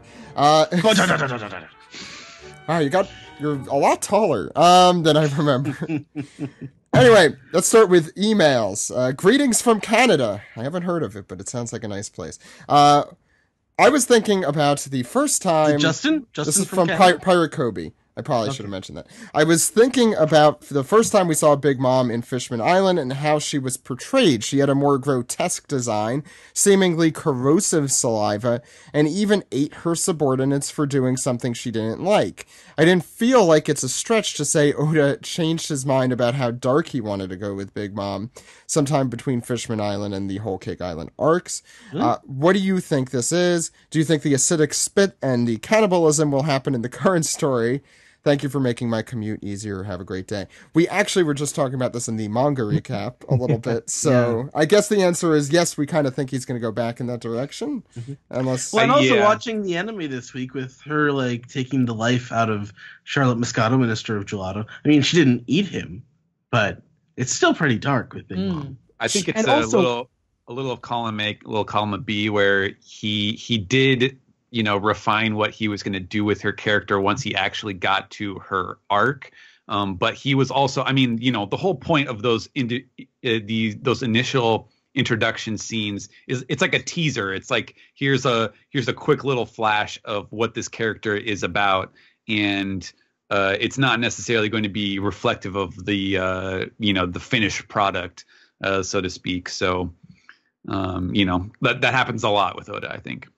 And to be fair, we actually never saw exactly who those subordinates were that were eaten, because it was all sort of darkened out. It could have very well been that she was eating some of the homies, because that's what she was doing in the last anime episode. She's eating like the gingerbread homies and all the other... I think that's likely what was happening there, yeah. Next question comes from Christian, who says, with the latest chapter, people are speculating that Mother Carmel has a devil fruit or Conqueror King's haki because of the weather change and the beam of light during the giant execution panel. With Christianity, this comes from Christian, by the way, with Christianity being in the background of One Piece from the start, do you think that it is just religious symbolism, or something more like that. What do you guys think? We just talked about this too. Yeah. Yeah, I think it's, I mean, I think he uses a lot of, world, like real world cultural information to inform the background and a lot of the aesthetics of his arcs.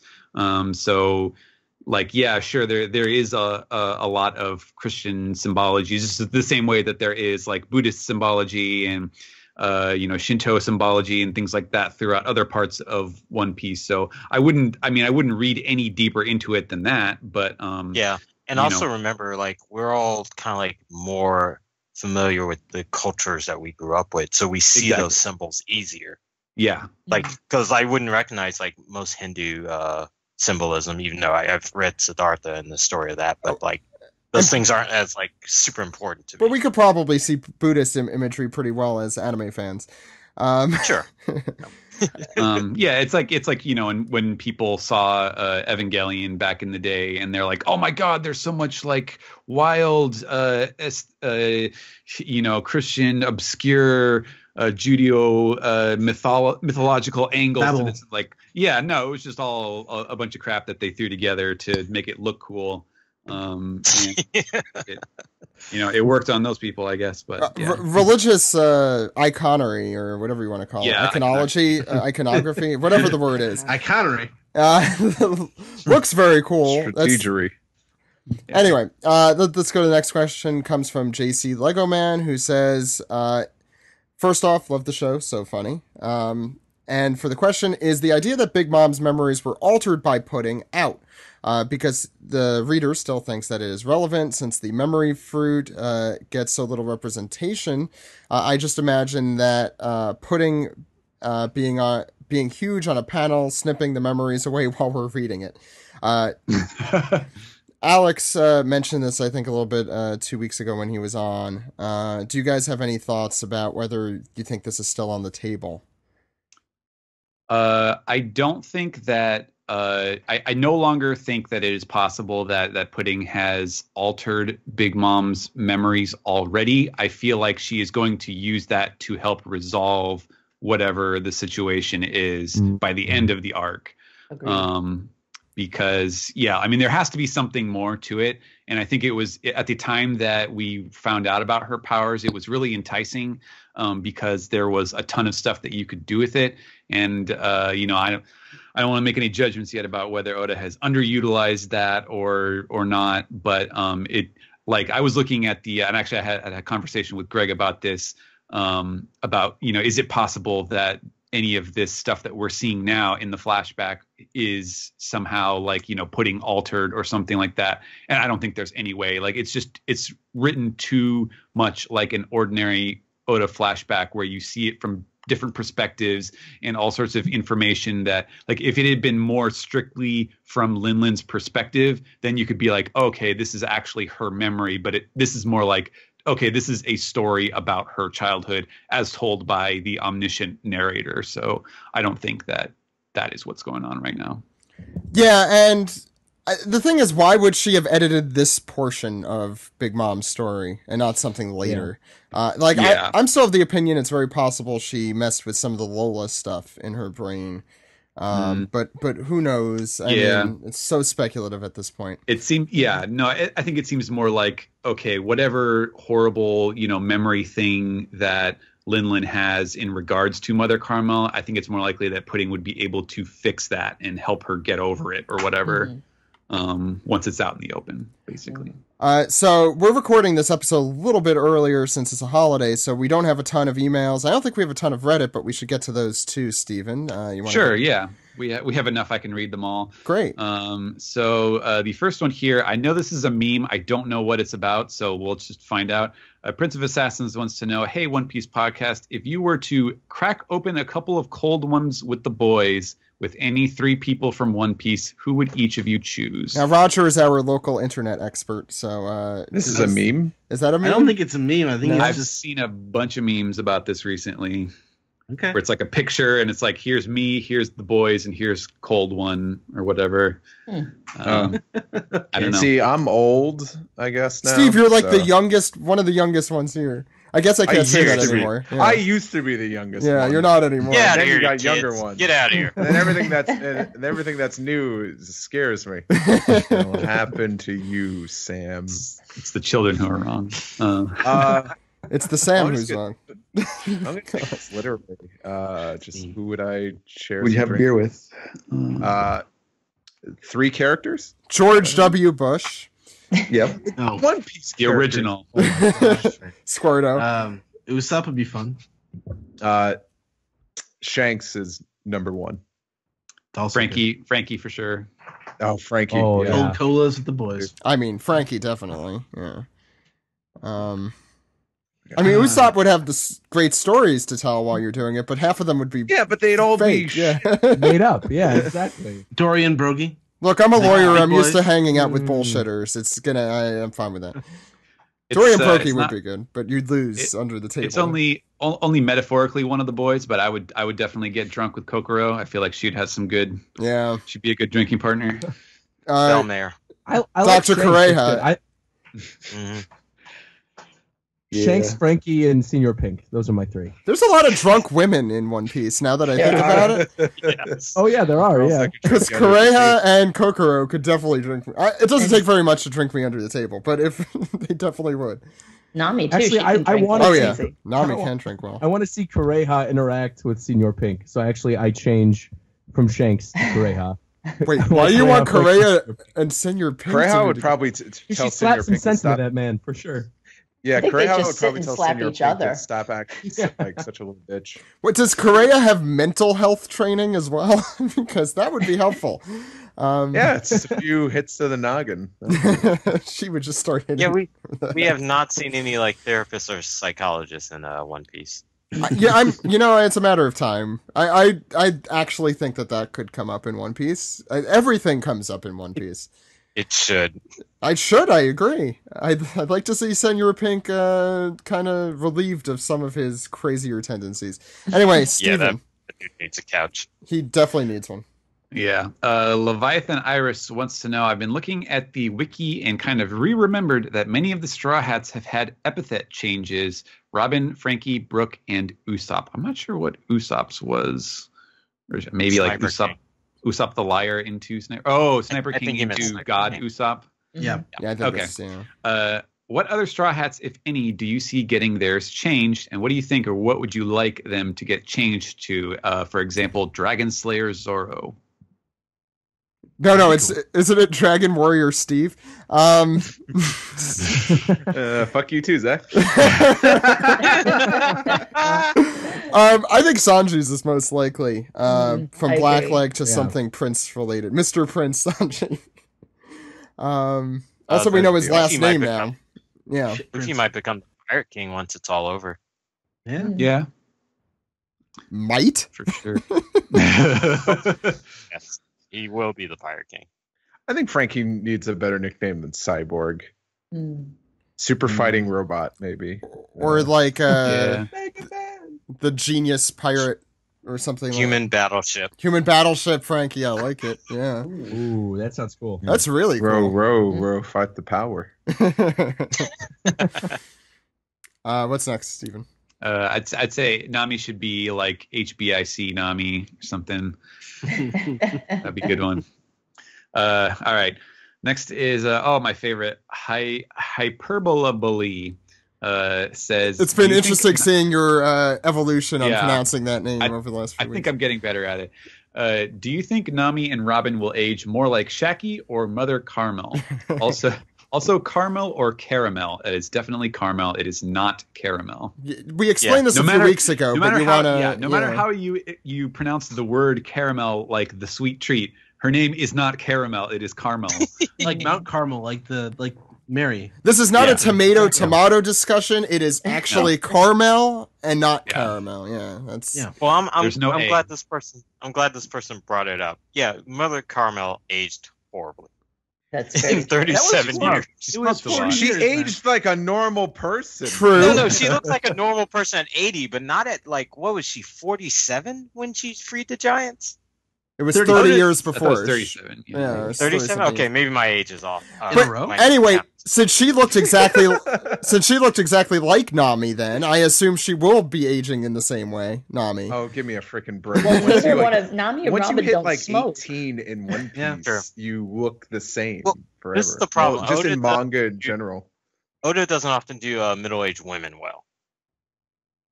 At all. Yeah, he skips But when straight they're there, to super are there? old. Big Exactly. Mom's middle-aged-ish. I mean, what is she? She's 67? 68. No. 68? What about Sharky? Or Shaki from Yeah, Shaki was middle-aged. Do we Yeah, but- know her age? She didn't look middle-aged. Do we know Shaki's age, or is No. that a mystery? Still? We don't know Just Shaki's I age. don't know. Yeah. No, she said she was a pirate during Roger and Garp's era, Yeah, but we Okay, don't know so how she's old like she was then, Rayleigh's either. Age. at least. The wiki says over 42. Well, It's thank you, great. Wiki. It doesn't really. I mean, she could be middle age, she could be older age, but she clearly has something going on with her aging because I think Luffy or someone had mentioned like you don't look like you're that old. Yeah. Yeah, Yeah. there's only a few women in the series who kind of look more appropriate to their age, like Dadan being one of them. Tadon, I think, is a good example. Yeah, Yeah. that's the woman I imagine to be that age and be that capable. Right. Yeah. What are those called? Obahan? That kind of like. yeah. Yeah. Tough Oh, old yeah. ladies. Yeah. Yeah, the tough old ladies. And Oda, when he rarely decides to institute that type of person, does a very good job, I think. But it's just rare, far Yeah, and they're few. great. Yeah. Yeah. I think that was a very interesting discussion, but I think realistically, will Nami and Robin age more like Shaki or Mother Carmel? I think if he ever draws them older, he will not make them look haggard like that. Mm-mm. Yeah. That's just not Oda's style for If they his, make it that long. heroine, for his leading ladies. Yeah. All right. So I see Luffy Robin 2 aging more normally than Nami, but please go ahead. Poke Luffy 2 says, do you think that Big Mom was born on Whole Cake Island and after being abandoned by her parents, she went back there to take it over? Also, is it not funny that Big Mom fits all the criteria to become a Straw Hat? She lost her parents, they abandoned her, she has a crazy dream to unite all the races of the world, and she inherited her dream from Mother Carmel. Yeah, let's do it. Sign her up. I think they're mixing up the Straw Hat thing with just flashback tropes that occur in One Piece. Potentially. Also, pretty sure Chopper didn't level a village. So Yeah, they We shot did, him. actually did later. Wait for that expanded flashback. That's correct. He did later when he first unlocked the monster ability. Yep, he did. Yeah. oh, that's true. He did. Yeah. Well, How many people did he eat? That's what we got to find out. Big Mom for Nakama. There you go. What, Get what out. about what about the Whole Cake Island thing? Do you think that's all her creation, or do you think that it was an actual place that she went back to and rules over now? That's one of those I places. think it's her creation, honestly. Yeah. That's one of those Actually, places I that kinda- are way too convenient. Yeah. Yeah, if it is a place that she originally was from and came back to, I kind of hope it was totally different and she just covered it with frosting. Yeah, Oh, exactly. yeah, yeah. that'd be awesome. It would explain the seducing woods being like the only remaining part of the island that was not covered in cake for some reason. Mm. Yeah. And no apple juice there either. What the hell? What's Hop's got to next? get his apple juice by the Yeah, I need some pound action. I immediately regret saying that. Zach, you want to go to Pound? He's going to pound. Oh, yeah. That's some pound action, huh? All right. Steven. Fierce Alchemist says, do you think this flashback is all we'll see of Elbaf? And if not, when in the story would the Straw Hats go? Definitely not all we'll see of Elbaf. Mm. I think. Yeah. And when in the story, I think the best guess that we've had, just kind of our going expectation, is that like the last poneglyph or something, the fourth one that's missing, Mhm. seems likely. I think if that is the case, we should see that poneglyph in this flashback in some, context, just to set that up. I think that would be a Maybe. cool. Or actually, maybe that's the one Big Mom had. Maybe she stole the road poneglyph from Elbaf. Possible. Oh, that's a cool. I good like that idea. Yeah. Let's see. Reynard, not a fox, wants to know: will we be doing cover story rankings soon? I'll put this out there. I don't know when the next manga break is going to be. I hope it's a little while from now since we just had one. But, always open for suggestions for whatever you guys want us to review to celebrate the 20th anniversary of One Piece this year. So, right. Cover That's pages a good one. Cover pages are a good one because there's not a lot of them. So it's easier to do. The anniversary itself is coming up in 50 days. Thank you, Ed. I think we've talked about doing volume covers like in a modified form where it's like, okay, pick your top 10. Yeah, I don't know how we're gonna do tweets that. like that or something. Yeah, it's gonna be that'll tough. be a little involved, but that's another good one. Elusive Elephant has a crazy thought. Do you think that if Big Mom doesn't go down this arc, she could make a return in Elbaf? I only think this is possible because she apparently still has unresolved issues with the Giants. But more interestingly is the fact that her sole focus relies on fear. I thought it could make for a monumental moment for Usopp if he were to face Big Mom at a critical point in that arc and overcome the fact that his fear could literally kill him. What if Big Mom comes along with the crew like Caesar, and she's just hanging out there? And no one likes her, and she's still, not a good guy, but she's there. Sure. I mean, that's the only way I could see this theory working. Is They're like, she'd have to, Hey, we'll get you to Elbaf, but in the meantime, could you help us kill Kaido? I mean, she would be very helpful. I mean, let's be fair. That would be pretty awesome. That would be kind of awesome. I don't know how I feel about it completely, but yeah. Steven? Easily Intrigued 22 says, how's it going? I was getting serious Dragon Ball vibes from the latest chapter. The whole, what happened to Grandpa? Oh yeah, I curb stomped him as a giant freaking ape and I don't remember kind of thing. Yeah. So, yeah.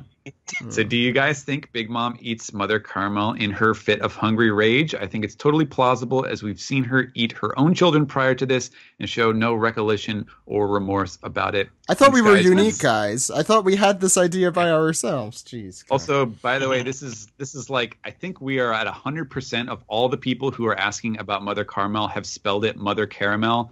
Please stop reading those scanlations. Whatever it is that you're getting this, it is not caramel. And I'm laughing because I'm forced to read scanlations every Thursday, and it's spelled caramel, Carmel. So they don't even spell it like that in the scanlation. So people are just being stupid. This just reminded me of that old Crunch commercial with Shaq. Just me? Okay. Just you. No one knows what you're talking about. All right. Sorry, Alex. And lastly, Nyverse has the real important question. How do each of the Straw Hats feel about pineapple on pizza? All the ones I don't like pineapple on pizza. I think Luffy would eat anything. We have a strong history of crimes against pizza in One Piece. Chopper would like it because it's sweet. That's true. I know clam pizza doesn't sound like the worst, and that's God! Isn't that what they had in Dressrosa? Yeah, it was a little weird. That was the clam pizza. Yeah. No, I mean I don't support the pineapple thing, so I'm pineapple and ham. It's ham. Do you know who would like pineapple on pizza? Wanzi, Satori, Hattori, Tatori. Naming all my favorite people right now. Treble, Queen Orica Bakisuk. All right. Well, I think with the force of that statement, I think Zach is, that's the canon. We can't override his opinion on that. No, we can. That's why I'm the host of the show for pizza-related inquiries. Ed, it's time too. Peace the tweeter. Ed, we probably should have put out the word for this week as well, but what do we have? Sure. First one comes from PokeLuffy1, who asks, how different would the world and story of One Piece be if Doflamingo's father never left Mary Joa? A lot different. Dressrosa would have been a lot shorter, I'll tell you that. Much shorter. Yeah. I used to think about stuff like that too with the original Star Wars trilogy. Like if that one droid hadn't broken down with the Jawas and the traitors, and then they ended up with R2-D2 instead, and then the prequels went and was like, oh no, it was fated all along. Anakin built this thing, and he just happened to come across Luke Skywalker, all that bullshit. So, not good. R4D4 was actually, he was a spy, and once he found out that R2D2 had the plans for the Death Star, he realized, no, I must sacrifice myself so that R2D2 can meet Luke Skywalker and they could save the galaxy. I'm not making this shit up. I think this is an actual theory. This is the canon. No, that's crazy. I have thought, even as a kid, that maybe R2 did something to that other droid to make so that he was like, buddy. You shut him up. The One Piece podcast, getting to the heart of Star Wars droid matters. What isn't the 40th anniversary of One Piece? It's the 40th anniversary of Star Wars, 20th anniversary of One Piece. Coincidence? Yes, it is a coincidence. Ed, what's next?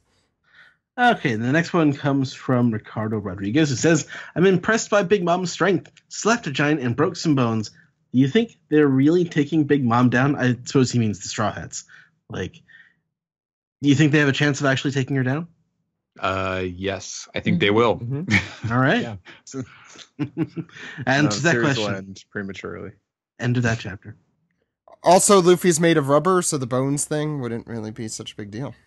Yeah. Mm-hmm. And this is the last one, actually. It's from Never Knows Best, who says, the first panel with the far-off, vaguely gray-toned structure might be the red line. And I looked on the first page of the chapter. It just sort of looks like the horizon to me, though. So. We had a few more questions. Sniper King 323 asked, or said at least, that readers aren't supposed to sympathize with Big Mom, but it matters that Mother Carmel sympathized with Big Mom, and so we're supposed to feel that. I think that's one of those time will tell kind of thing. Yeah. Mm-hmm. And I guess that's really it for the piece, the tweet. We did record this episode early, so we apologize if you sent in your stuff. This isn't common. It is a holiday here, though, so we decided to get this episode out for you guys a little bit earlier than usual. So why don't we round off the show? You guys ready? All right. Sounds good.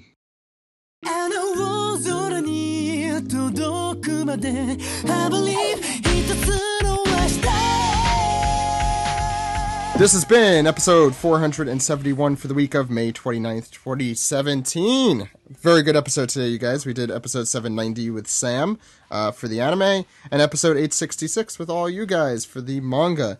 And next week we'll be back. We have another manga recap. I will be back. I'm done taking breaks. I'm not taking any more breaks ever again. That was it. No, that was it. I want to thank Steve and Ed so much, and Alex as well, for holding down the fort while I was gone. We're happy to have you back. I can't say how much I appreciate you guys' help. Just knowing that you guys are there, so I can take the occasional break once every 5 years, let's say. Really, really appreciate it. Please listen to the last two episodes if you have not. Last week's episode, the YouTube video went up a little late, but I do want to thank Cody for getting that up. He was also on vacation. Apparently May is when everyone leaves, including myself. So I do want to thank him for putting that online. If you haven't listened to that, Steven was nice enough to go through volume 85 with us. It's, as always, a very interesting discussion, and the SBS this time was just as interesting as it usually is. Just as many poop jokes and penis jokes as usual, I think. Maybe. I don't remember how many penis jokes there were. Anyway, please check that out. That's episodes where are we up to? 470? And yeah, I think that's just about it. So, Roger, how could people find you? Sure, you can find me at YouTube, Rogers Base, ROGERSBASE. I do reviews about the anime and manga of One Piece every week, and I do some One Piece theory videos and stuff. But tomorrow, this is going up Monday, the 29th of May. So tomorrow, May 30th, I am doing an all-day read-through live stream where I'm going to be catching up to the manga of My Hero Academia. It should be really fun. I'm looking forward to doing that and talking with you all. And the My Hero Academia anime I'm also doing reviews for too. So I've just been going crazy reading manga and watching anime, and it's been a fun couple weeks. And also, if you're a fan of video games, look forward to next Friday, because I have a video going up in association with Nintendo for ARMS, which should be pretty cool. And I will be attending E3 this year with Nintendo. So if you want to come meet me, go to the Nintendo booth at E3, come say hi, talk One Piece theories with me. So I assume you're doing your My Hero Academia marathon while eating macadamia nuts. I mean, I could. Usually what happens is, like, people will order me a pizza. There's this whole thing that happened. I've done 5 of these now, and every single Clearly time, I am in the wrong business. No one has ordered me pizza, even with pineapples. I'll get you a pineapple in Hawaii. I will kill you! Thankfully, nobody has ever ordered me a pineapple one, thankfully. Well, you know what that means. You're going to now be getting one of those. Oh, boy. Thank you, Roger, for coming on the show again this week. Nice to have you back. Anytime. Brian, where can people find you? They can find me as Dark King Zoro, all one word on Twitter. Banendorf, some of my artwork is up from way back. And you can watch episodes of Rick and Morty airing on Adult Swim and AdultSwim.com. Season 3 is on its way, I say. And then... drawing it. Yeah, we're drawing it. And then what else am I doing? Oh, yeah, there's the Animation Success Stories podcast, which gets uploaded every Wednesday on YouTube. I interview with my co-host Anthony and Sabrina. We talk to like animation professionals and find out how they get in the business, any education if they got, if any inspirations, etc., etc. And hopefully we'll get into some drama, because that's what I want to start. But there's also... Are there any familiar voices we could hear on that, or no? There's one very familiar voice on there. Steve Yorko came by the ass just a couple of weeks ago, but we haven't uploaded it yet. It's coming. Okay. He was always there. He's coming the ass. Don't worry about it. And Yes. Staying there for a while. Somehow this is not rude. Brian went too far. We could have stayed classy with that, but nope. Couldn't wait. And also, into a super art fight. But also, I'll be in DC at the end of June for the first and hopefully annual Blurred Con, which I will be a guest presenter and a couple of panels. So if you're in the DC area and you like going to conventions for a bunch of comic book nerds, please check us out. Brian, are you going to be back in Los Angeles by July 4th? I think so. All right, because I'm going to be in Los Angeles, and I will see you. Cool. Yeah. For Anime Expo, Ed? Nice. Yes, Anime Expo and pro wrestling, Japanese pro wrestling in Los Angeles. Oh my gosh, that's something else I forgot to mention. Because Anime Expo, first off, a ton of us are going, which is going to be awesome. But I am doing my second ever One Piece cosplay at Anime Expo. I'm dressing up as Katakuri. So Nice. it should be pretty cool. So are you gonna make the scars on your mouth? Well, the girl I'm seeing right now is doing Reiju. She like really badly wants to do Poison Pink Reiju, and I'm like, all right, I'll cosplay with you because she wants me to do it with her. But I'm like, only if you make me Katakuri. So she's making me Katakuri. Shouldn't you be like? And no, I guess you shouldn't be Niji or Ichiji if she's the girl you're seeing. That'd be weird. I caught myself halfway there. Save that for the Dojin. It's out there. Save that for the SBS. That was already in the SBS on last week. Yeah. So Ed, you'll be at AX. Steve, you'll be at AX, right? Roger, you'll be there. Steven, are you going? Are you planning on going? I have not made any plans. He's free for AX. Well, I have a pull-out couch in the hotel if you want to crash. Yeah, we'll see. I don't know. I have a very busy schedule, unfortunately. Yeah. I see how it is. I'm not going either, so it's fine. Kelly, where can people find you? You can find me on Instagram and Twitter at Karuri, and also on the site, mostly writing about toys you can buy. And we do like getting those. And Steve, where can people find you?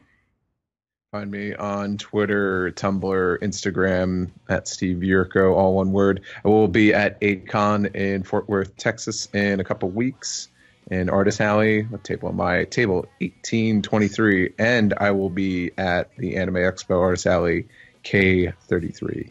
I saw a very familiar Rick and Morty shirt came out recently, and I'm assuming it's related to yours from Zen Monkey Studios. Steve? Do you have a new shirt out from them? No, I saw there's a Super Morty What? cart one. Is that wasn't that? Oh, yours? yeah, that that's mine. Yeah, that's Steve's. Yeah, I was gonna say unless someone just copied it, and I know that does happen sometimes too. No, that one's been available for a while. Oh, okay. I guess that just popped up for the first time. But Yeah. you could I buy think Steve they- shirts, is what I'm trying to say. Yes, Yeah. by Rick and I think Morty they just did a More. Szechuan sauce from Zen Monkey, if I'm not mistaken. Yeah, I saw that one too. Yeah.